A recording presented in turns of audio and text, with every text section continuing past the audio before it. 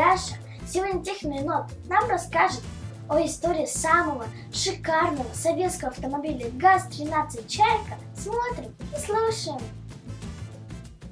ГАЗ-13 «Чайка» – советский легковой автомобиль представительского класса. Выпускался Горьковским автозаводом с 59 по 79 год.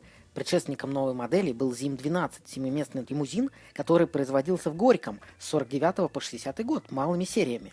В то время Горьковский автозавод назывался заводом имени Молотова. К концу 50-х ЗИМ-12 безнадежно устарел, и возникла необходимость обновления парка.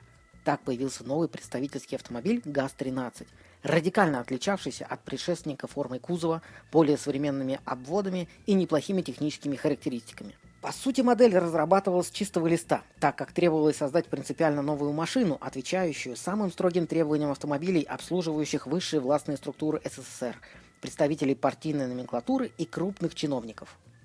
Над созданием «Чайки» на тот момент, еще под условным обозначением ЗИМ-2, работал большой творческий коллектив конструкторов, инженеров, дизайнеров и испытателей завода. Исходно проект разрабатывался под двумя девизами «Чайка» и «Стрела». Согласно легенде, один из конструкторов на вопрос, почему победила именно «Чайка», ответил: «Представьте себе Волгу, кто над ней летит? Чайка. Так и у нас Волга, а над ней Чайка». В 50-е годы прошлого столетия в конструкторских бюро автомобильных заводов СССР было принято оглядываться на достижения американских производителей. Считалось хорошим тоном использование каких-то внешних признаков заокеанских моделей в отечественных разработках. Эта тенденция отразилась и на проектировании ГАЗ-13 «Чайка». Она была похожа на американскую модель Packard Clipper 55 года выпуска. Официальной датой начала выпуска ГАЗ-13 «Чайка» было 16 января 1959 года, но на самом деле первые автомобили собирались уже осенью 1958-го. Первые выпущенные автомобили имели ряд незначительных отличий от последующих, вроде иного расположения надписи «Чайка» сзади.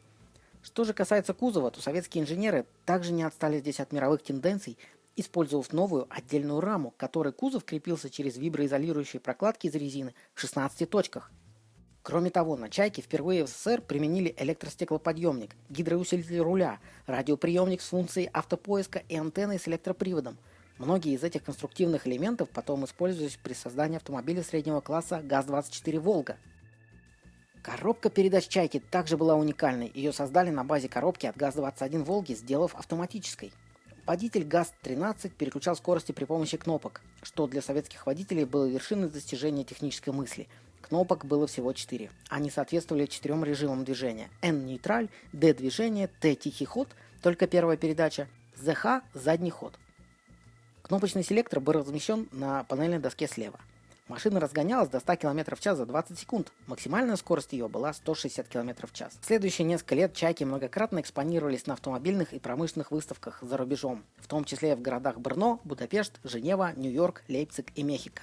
В Нью-Йорке на советской выставке 1959 года была представлена одноцветная «Чайка», но с характерным для двухцветных машин салоном, с алой тканевой оббивкой, имевшей шахматный узор. На протяжении нескольких лет двухцветная бордово-бежевая «Чайка» экспонировалась на ВДНХ в павильоне машиностроения. В 1961 году в дополнение к базовому седану был разработан и вариант с кузовом кабриолет, получивший обозначение ГАЗ-13Б.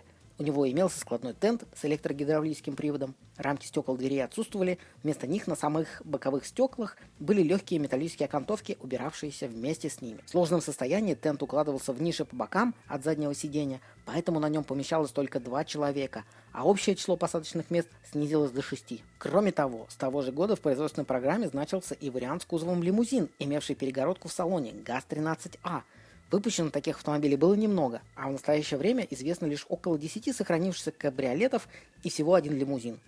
Выпуск автомобиля к этому времени достиг 150 штук в год и впоследствии оставался примерно на этом же уровне. Автомобили семейства ГАЗ-13 «Чайка» были сняты с производства в апреле 1981 года.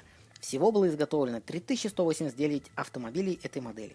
«Чайка» никогда не была товаром народного потребления, даже не имела установленной розничной цены. В подарок от Никиты Сергеевича Хрущева автомобиль «Чайка» достался кубинскому лидеру Фиделю Кастро, писателю Михаилу Шолокову, балерине Галине Улановой, а первая женщина-космонавт получила «Чайку» белого цвета. «Чайки» использовались в качестве персонального транспорта высшей номенклатуры, преимущественно министров, первых секретарей обкомов, который выдавался как составная часть положенного пакета привилегий. Служили они и в посольствах, как самого СССР за границей, так и других стран в СССР. И седаны, и кабриолет «Чайка» использовались на парадах. подавались при встречах иностранных лидеров, видных деятелей и героев, применялись в качестве машин сопровождения. Также чайки поступали в интурист, где в свою очередь их могли заказать все желающие для использования в качестве свадебных лимузинов. Масштабные модели ГАЗ-13 выпускались заводом «Агат», ранее известным как завод «Радон», на котором до 1987 года модель имела номер А15, а также в русской серии от «Автотайм». В 90-х годах модель чайки от «Агата» стали выпускаться с черным салоном, ранее он был белым, и пластмассовым днищем.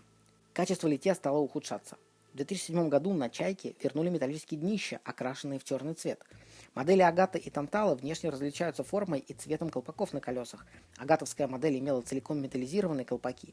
Также агатовские модели отличались заметно более светлой фурнитурой, чем у танталовских. На старых моделей она желтоватая. Но самым интересным вариантом является, безусловно, электрифицированная «Чайка» со светящимися фарами и фонарями, работающими от аккумуляторов в багажнике. Выключатель был сделан оригинально в виде ключа зажигания, который следовало поднести к модели. Под водительским сиденьем располагалась небольшая электросхема, реагирующая на магнит в ключе. Большое спасибо за просмотр, оставайтесь с нами и подписывайтесь на Техноенота.